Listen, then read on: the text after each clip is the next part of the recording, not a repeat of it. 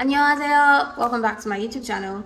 So today I'm going to be talking about why you're probably not sounding like a native.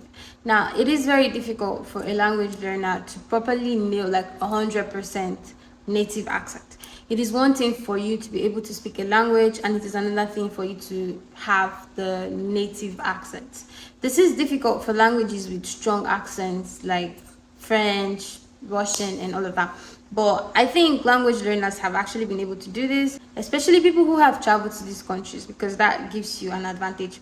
So I'm giving a few points for you who's just in your room studying your language and you're wondering how to get that accent. So first of all, I would say listen to natives. Now, this includes you watching their movies, listening to their songs.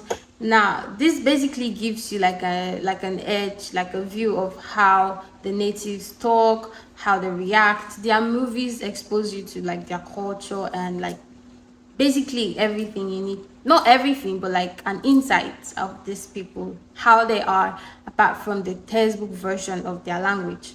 And if you're watching a movie of whatever target language you're learning, you should probably not just focus on the subtitles as a language learner. You should try to listen to what that actor or actress is saying, even though you don't technically know like the full meaning. Just listen more to what they are saying than to the subtitles you're reading.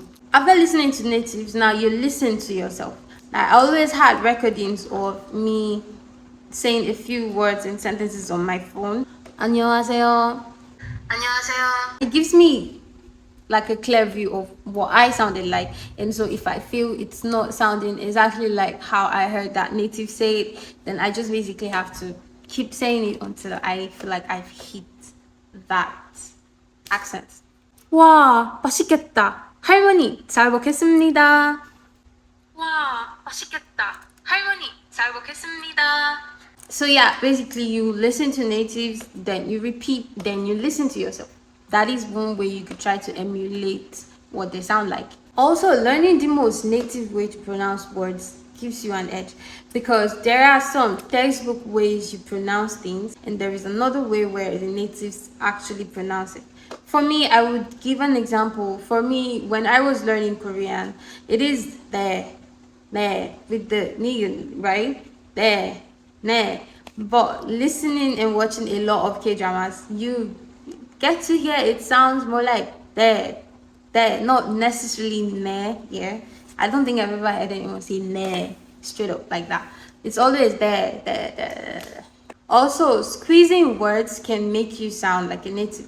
I don't know what this is called, but in English, I wouldn't just say you all there. I'll say you're there, yeah? So it's just like squeezing.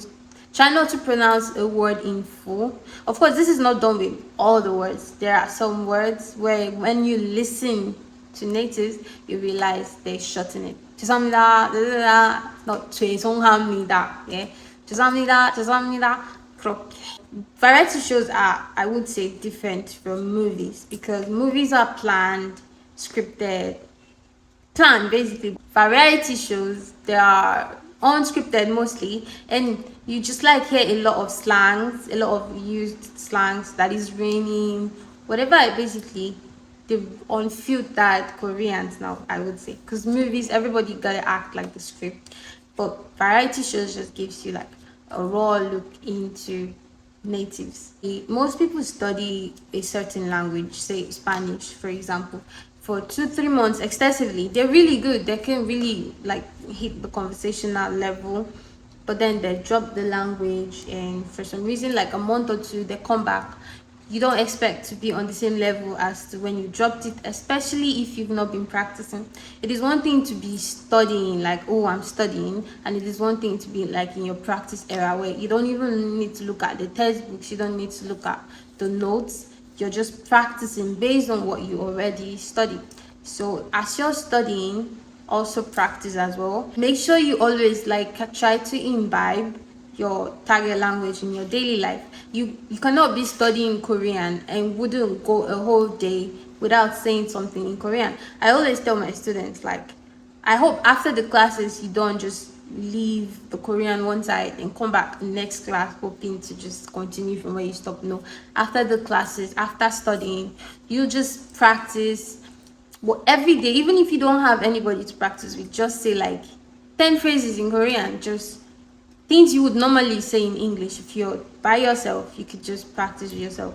아, 이거 먹을래? 아, 배고파. 이렇게, 그렇게. Yes. Basically, as a foreigner, or I would say as an African, it is difficult to properly speak to a certain fluency if you're just starting. I would say give it time and just keep doing it. At some point, you just realize you're really good already, but you don't expect. I didn't expect to just know whatever knowledge I have now at the beginning. So at some point, I just kept studying and practicing, and before you know it, you try to take the next step, which is engaging in a conversation with a native. You could meet them online, websites, apps, and all of that. I did put out a video where you could meet native speakers. You just reach out, and from there you get the whole idea of why practice is important, because then you don't need your books. You can actually just have a conversation with a native. I really hope this points help you on your language journey, and if it did, please let me know in the comment section. Thank you. Adios.